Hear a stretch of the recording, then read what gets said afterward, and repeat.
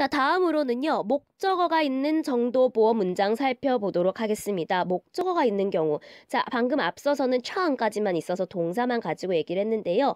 목적어가 들어오면 조금 잘 주의 깊게 보셔야 됩니다. 일단 여태까지 우리가 청하고 더를 썼기 때문에 타청더, 방금 타청더 여기까지 했으니까 목적어가 있으면 그냥 가운데 끼워주기만 하면 되겠다. 그래서 他唱歌的很好 라고 해야지. 이렇게 만드시는 분들이 있으세요. 근데 이 문장은 틀립니다. 이렇게 하시면 안 되세요. 자, 이 더라는 친구의 특징을 살펴봐야 되는데요. 이 구조조사 더는요. 수러 뒤에만 놓을 수가 있습니다.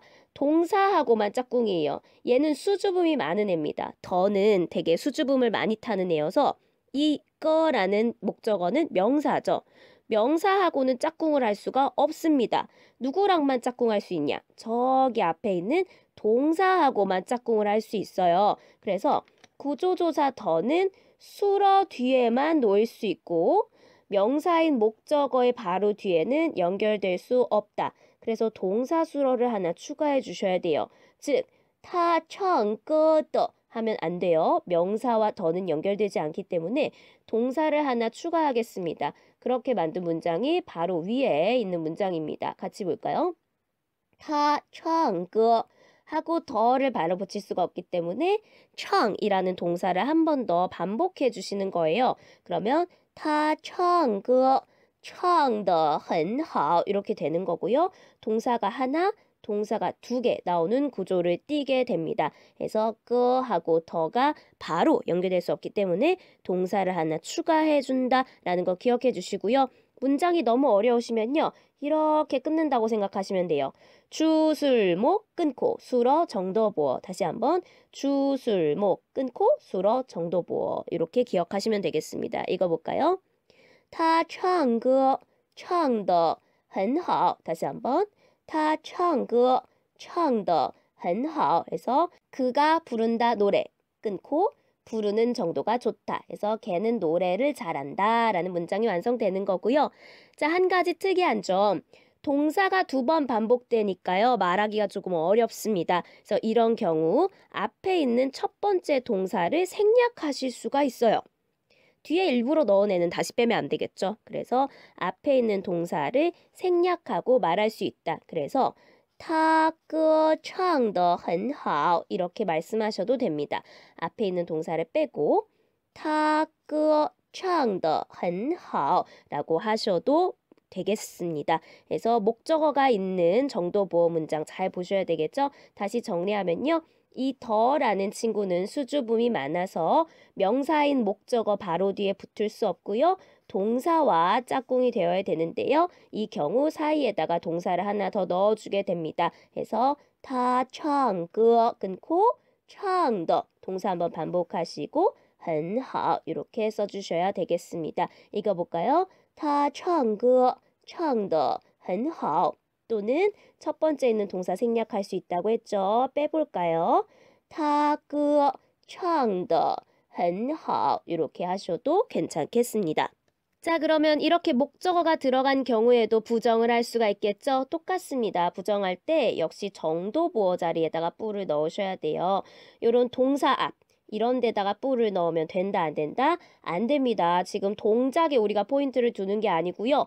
정도보어 자리에 포인트를 두고 있죠? 해서 이 더라는 친구를 기준으로 뒤쪽에 여기다가 부정을 넣어주셔야 되겠습니다. 그러면 주어, 수러, 목적어 끊고 수러 한번 반복하고 정도보어가 되겠죠. 같이 한번 읽어볼까요? 他唱歌唱得不好 자, 여기서 첫 번째 동사는 생략할 수 있어요. 한번 빼줄까요?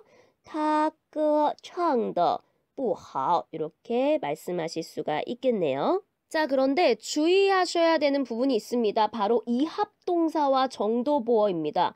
이합동사가 뭐야? 헐. 자, 같이 볼까요? 분리하다 할 때 리라는 분리의 리고요. 합은 합친다라고 할 때 합이 되겠습니다. 그래서 이합. 붙였다가 떼었다가 할 수 있다라는 뜻인데요. 자, 어떤 동사를 봤어요. 그러면 사전에서 찾으면 크게 보면은 하나의 동사예요. 그런데 글자를 잘 쪼개보면 동사하고 목적어, 그러니까 동사하고 명사의 구조로 이루어져 있다. 그래서 보통 이제 동목 구조의 동사라고 하기도 하고요. 뭐 동사 명사의 동사라고 하기도 하는데요. 이런 구조로 이루어져서요.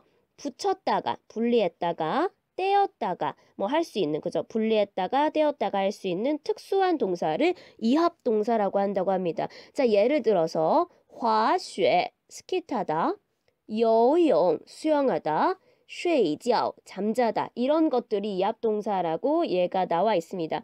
자, 보시면 滑雪를 가지고 예를 들어볼게요. 자, 이걸 사전에서 여러분 찾으시면 이렇게 크게 한 세트죠. 이렇게 동사로서 스키 타다라는 뜻이 나옵니다. 그런데 얘네들을 쪼개어서 볼 수가 있어요. 그러면 화라는 친구는 또 다른 동사로 미끄러지다라는 뜻이 있습니다. 미끄러지다. 그리고 쉐 같은 경우도요. 얘를 하나 따로 찾으면 무슨 뜻이 있어요? 명사로 눈이라는 뜻이 있습니다. 자, 그러면 이 화쉐라는 단어는 크게 보면 뭐예요? 스키 타다라는 동사가 되지만 쪼개어서 보니까 미끄러지다라는 동사가 하나 있고 눈이라는 명사가 하나 있습니다. 그래서 얘네 두 개를 이렇게 합쳐서 쓸 수도 있고 나중에 벌려서 떼어서 쓸 수도 있습니다. 이런 것들을 이합동사 또는 동목구조의 동사라고 해서 따로 이제 공부를 하게 되는데요. 이 친구가 정도보어에 들어오면 약간 주의를 하셔야 돼요. 그래서 저희가 문장에서 살펴보도록 하겠습니다. 자, 첫 번째 예시인데요. 방금 했던 화쉐를 가지고 물어볼게요. 자, 보실까요? 주어, 수러, 그죠? 그 다음에 더 나와 있고, 怎么样? 원래 이렇게 해야 된다고 생각하시는 분들이 많으세요. 타는 주어고, 화쉐는 이거 전체가 동사니까 여기다가 더 바로 붙인 다음에 정도보어 만들어야지. 자, 그런데 이 문장은 틀렸습니다. 이렇게 만드시면 안 되세요. 자, 아까 말씀드렸죠. 화쉐는 크게 보면 동사이지만 쪼개어서 쓸 수 있고요. 그럴 때는 화가 동사가 되고 쉐는 목적어, 즉 뭐가 돼요? 명사가 됩니다. 자, 그러면 쉐 한 글자가 명사인데 아까 더라는 이 친구는 명사와 붙을 수 있다 없다? 없다. 연결될 수 없어요. 그래서 화쉐 더라고 하시면은 틀린 문장이 되고요. 그럼 어떻게 해야 되냐? 화쉐를 이때는 쪼개어서요. 동사 목적어로 봐주시고요. 동사인 화 부분을 한 번 더 반복해 주셔야 됩니다. 그러면 동사 목적어 끊고 동사 반복 정도보어 이렇게 되겠죠. 그래서 他滑雪滑得怎么样 이렇게 가셔야 올바른 문장이 되겠습니다. 결국은 뭐예요? 이 큰 동사 안에서 동사 부분이 화를 한 번, 두 번 반복해 준다. 요거를 포인트로 보셔야 되겠죠? 滑雪的 하시면 틀리세요. 다시 한번 他滑雪滑得怎么样 이렇게 물으셔야 걔 스키 어떻게 타? 걔는 스키를 얼마나 타? 라고 물을 수가 있습니다. 다른 예시를 볼까요? 어떤 수영 선수가 있는데요. 수영을 진짜 잘해요. 아주 빠르게 합니다. 그럴 때 요용 이게 한 동사 수영하다니까 동사 뒤에 더 붙여야지. 이렇게 하시면 어떻게 된다고요? 네, 틀리신다고요. 이렇게 하지 마시고요. 다 요용 여기가 동사, 여기가 명사구나. 그러면 명사 뒤에다가 더를 바로 붙일 수 없으니까 동사 한번 반복해줘야지 해서 이렇게 두 번 반복해 주시라고요. 그러면 他游泳游得真快 이렇게 되겠죠? 읽어볼까요? 他游泳游得真快 이렇게 되겠습니다. 해서 그 사람, 그녀가 수영을 하는데 하는 정도가 굉장히 빨라. 他游泳游得真快 해서 동사가 요라는 부분, 이 동사 부분이거든요. 여기가 한 번, 두 번 반복되고 있다. 요거를 기억해 주셔야 되겠습니다. 그래서 이합동사가 나왔을 때는 정신을 똑바로 차리셔야 되고요. 자, 마지막으로 정도보어 예문 살펴보도록 하겠습니다. 지금 가져온 예문은요, 그냥 일반 교재나 교과서에 있는 그런 예문들하고는 좀 다른데요. 중국 영화나 중국 드라마에서 뽑아온 예문들입니다. 같이 살펴볼게요. 자, 첫 번째 예문. 你的作文写得太好了 라는 예문입니다. 자, 你的作文 여기까지가 이제 주어가 되겠죠. 쪼워는요, 글짓기 또는 장문이란 뜻입니다. 이 대사는 치아문 단순적 소미오라는 그 드라마에서 따온 예문인데요. 이제 학창 시절을 배경으로 하고 있죠. 그래서 선생님이 학생한테 너 글짓기 참 잘 썼다. 너의 장문 참 좋다라고 칭찬하는 내용입니다. 你的作文, 너의 글짓기, 너의 장문이요. 写的. 자, 写는 쓰다라는 동사죠. 그죠? 손으로 쓰는 거예요. writing이 되고요. 그래서 写的 구조조사 하나 넣어주시고 쓴 정도가 太好了. 여기 전체가 이제 정도를 나타내는 정도 보어가 되겠죠. 그래서 네가 글짓기를 했는데 쓴 정도가 아주 좋다. 이렇게 동사에다가 정도를 붙여서 얘기하고 있어요. 你的作文写得太好了.你的作文写得太好了. 라고 하시면 되고요. 자, 두 번째 예문 역시 같은 드라마 치아문 단순적 소미호에서 가져왔는데요. 老师,我肚子疼得不行了 라고 하고 있네요. 자, 肚子는 배를 얘기하죠. 여러분 배 아프다라고 할 때 그 배, 복부가 되는 거고요. 덩이 지금 수로로 쓰였습니다. 아프다란 뜻이죠. 선생님 배가 아파요. 근데 아픈 정도가 不行了 이거 전체가 뭐가 되는 거예요? 정도 보어가 되는 거죠. 배가 아픈데요. 아픈 정도가 이렇다는 겁니다.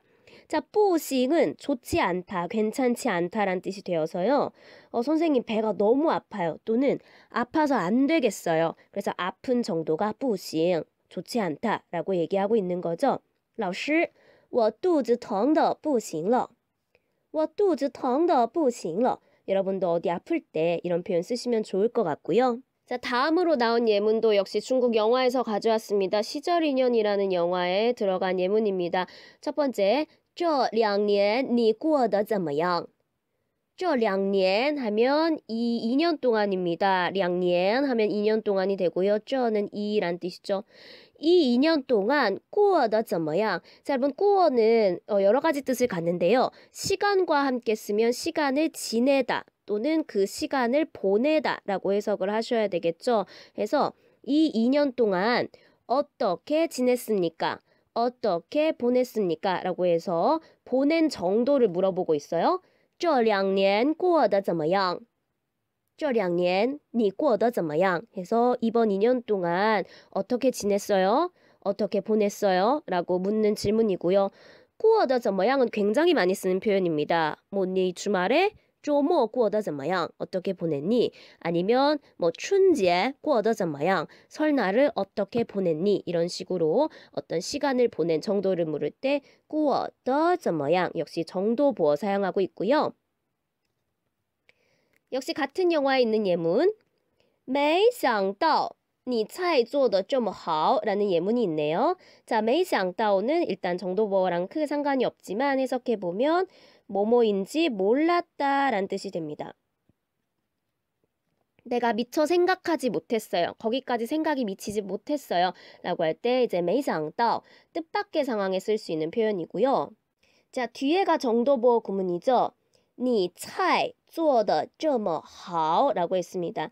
자, 잘 보시면은 지금 수러 뒤에 더를 붙여서 정도 보어를 만들고 있어요. 그런데 앞에 부분이 조금 이상하죠? 여기를 잘 눈여겨보시면요. 지금 주어 그리고 목적어, 명사가 나와 있는데 이 사이에 그럼 뭐가 숨어 있다? 첫 번째 동사가 숨어 있다는 것을 우리는 알 수 있습니다. 아까 말씀드렸죠. 목적어가 있을 때는 첫 번째 동사를 생략할 수 있다. 그래서 원래 이 문장은 你做菜 끊고 做得这么好 이렇게 가는 문장이에요. 그런데 첫 번째 동사인 做를 생략하고 뒤에 두 번째 동사만 지금 나타나 있는 케이스죠. 이럴 때 여러분이 보고 아, 여기 지금 동사가 하나 있었는데 생략했구나 라고 알 수 있으시면 완벽히 이해하신 겁니다.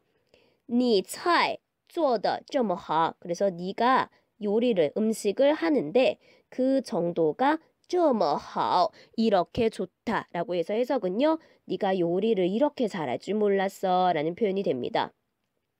没想到你菜做得这么好 이해되셨죠?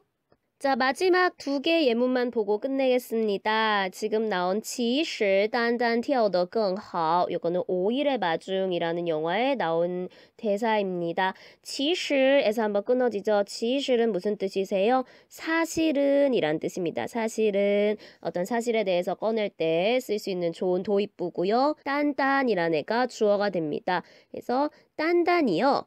跳的 춤을 추다의 추다가 되겠죠. 티아오는 원래 점프하다, 뛰다 라는 뜻이 있는데요. 춤과 같이 쓰면 춤을 추다, 추다라는 동사가 되고요. 티아오더, 추는 정도가 更好, 더 좋다 해서 更好 부분이 정도를 나타내고 있습니다. 해서 춤이란 단어는 없지만 우리가 단단히 더 잘 춰요 라고 해석을 할 수 있게 되고요. 마지막 我今天酒喝的有点多. 자, 이 문장은 북경예종고사란 드라마에 나온 문장입니다. 我今天 그러면 내가 오늘. 자, 酒 얘가 목적어가 되는 거겠죠. 喝的 술을 마셨어요. 그런데 그 정도가 有点多 조금 많다 해서 여기가 이제 정도 보어가 되는 거고요.